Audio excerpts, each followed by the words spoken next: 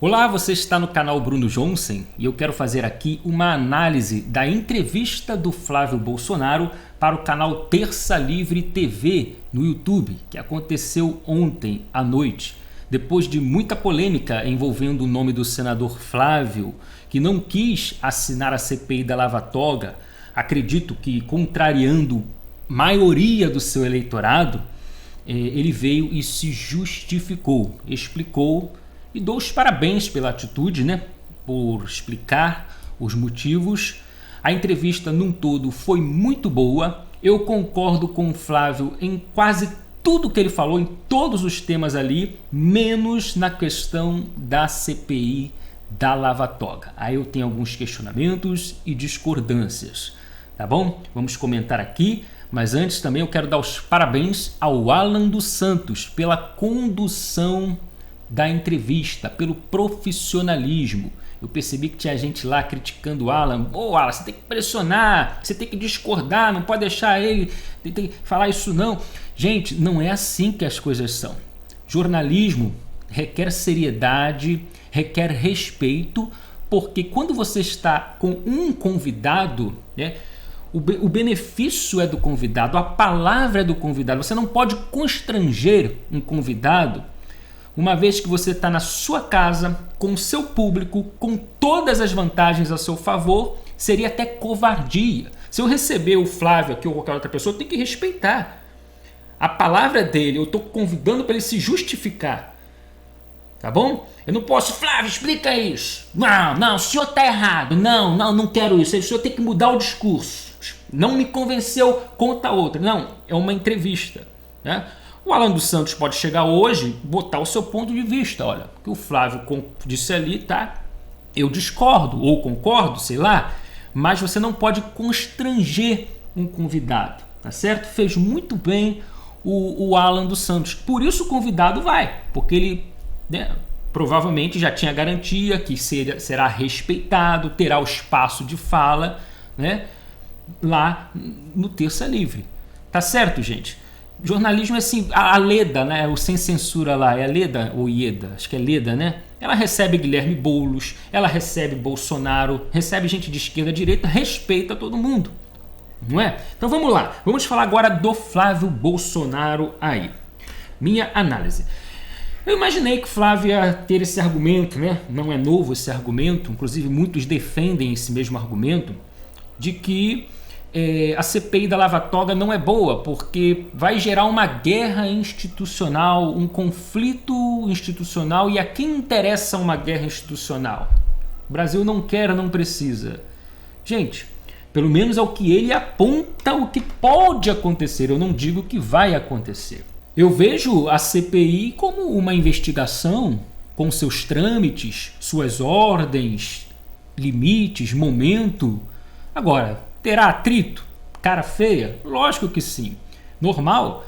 Agora, se tiver um ministro também querendo revidar, desarquivando ou mandando um outro ministro desarquivar um processo contra o senador, que desarquive, que faça isso. É mais um canalha lá no Senado que será investigado aí, caçado, sair do Senado. Quem ganha é a gente.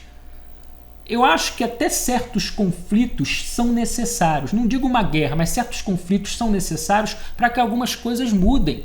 Porque eles falam, não, tem que ter harmonia e não guerra. Eu também não vejo harmonia nisso, gente. Eu vejo uma negociata suja entre essas casas, até para evitar possíveis guerras, mas essa farsa tão suja, eu diria que é até pior, talvez, que uma guerra institucional. Porque como eles tentam manter essa tal harmonia?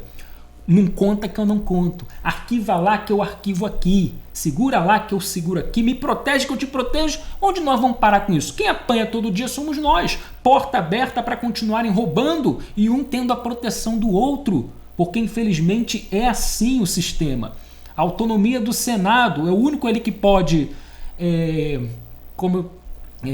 aprovar um ministro e tirar um ministro do Supremo. É a autonomia da casa. E o Supremo pode proteger um senador. Ou seja, então fica nessa negociata disfarçada de harmonia, quando é uma crise, é uma afronta, um soco na cara da sociedade. É a gente que apanha todo dia, não são eles. O Flávio Bolsonaro também disse que CPI tem que ser algo gravíssimo, senão a coisa banaliza. Gente, mesada para ministro através de escritório da esposa não é grave.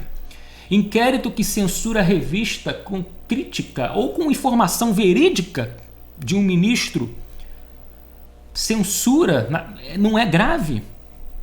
O inquérito que você pode chegar aqui na minha casa, apreender meu computador porque eu fiz uma crítica a um ministro do STF na rede social, isso não é grave? O inquérito que está aí para tudo, para barrar tudo e todos, quando o ministro lá, Toffoli, bem entender. Então é necessário sim algum tipo de conflito, alguma coisa precisamos fazer, não ficar parado não dá. Achando que não tem nada grave, Flávio, tem coisa grave e muito grave. O Brasil está revoltado com o STF, com Gilmar Mendes, com Dias Toffoli, Moraes, Lewandowski, todos os 11, posso dizer. Nunca se viu uma nação que conhece todos os ministros do Supremo por causa das canalices, da gravidade que os mesmos andam cometendo no Brasil. O povo sente e o povo quer solução. Agora, mesmo que o senador Flávio tenha esta visão da CPI da Lava Toga, acredita numa possível guerra institucional que não vai dar em nada, tem um outro problema aí, já questionei em vídeos anteriores. E o eleitorado? Eu acredito que a maioria são 4 milhões de votos, Flávio Bolsonaro, que o senhor teve aí para ser eleito senador da República. Eu acredito que quase os 4 milhões, pelo menos 90%, apoia a CPI da Lava Toga. Ou seja, você está indo contra o desejo do seu eleitor. E você é um representante do povo. Lembra? Lembra não, você sabe, artigo 1, todo poder emana do povo por meio de seus representantes, do voto, da eleição. Ou seja, você está representando pessoas, cidadãos. Então, quando você se põe assim, nessa questão, a minha visão é esta, você está deixando de observar a visão de quem te colocou aí. Porque você tem um poder, né? Está aí no Senado para honrar o voto. Para fazer não por você, mas pelo seu povo. A não ser que você chegue e fale, o meu povo está errado.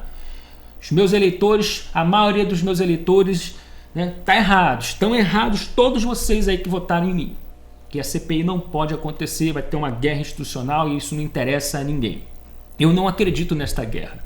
Eu acredito que tem certas discordâncias, atritos, mas as coisas têm seus trâmites, tem as suas ordens. Inclusive o senhor fala que o STF é que dá liminar para alguém ir depor numa CPI. É verdade, isso pode ser um problema? Sim, inclusive o STF barrou agora há pouco, teve uma CPI agora, eu não lembro, mas impediu de um cara ir na CPI, deu a liminar. Não, isso aí não vai. Agora, toda liminar precisa de uma justificativa. Será que o alvo da investigação ali da CPI vai ser barrado de ir? Não, o alvo não pode, porque não foi ele que está aí suspeito, cometeu esse ato aí que estão acusando. Foi a caneta dele, ou foi a Constituição que pediu para que ele fizesse aquilo, então ele não tem nada aqui lá, vamos soltar liminar. Olha, e vou confessar uma coisa, eu estou até torcendo para que eles façam essas liminares aí, barrando os ministros de irem depor na CPI. Porque aí, meu irmão, é aí que pega fogo. É aí que mais suspeita entra para esses ministros. É aí que o brasileiro vai se revoltar mais, vai abrir os olhos, vai cobrar mais. Como Toffoli não vai lá abrir a boca? Tá, gente?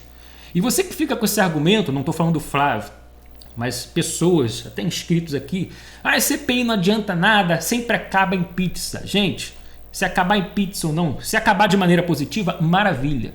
Mas eu vejo que muita gente só repete essa frase, mas não sabe nada de uma CPI. Não sabe o que é uma CPI. Não sabe o que acontece em uma CPI.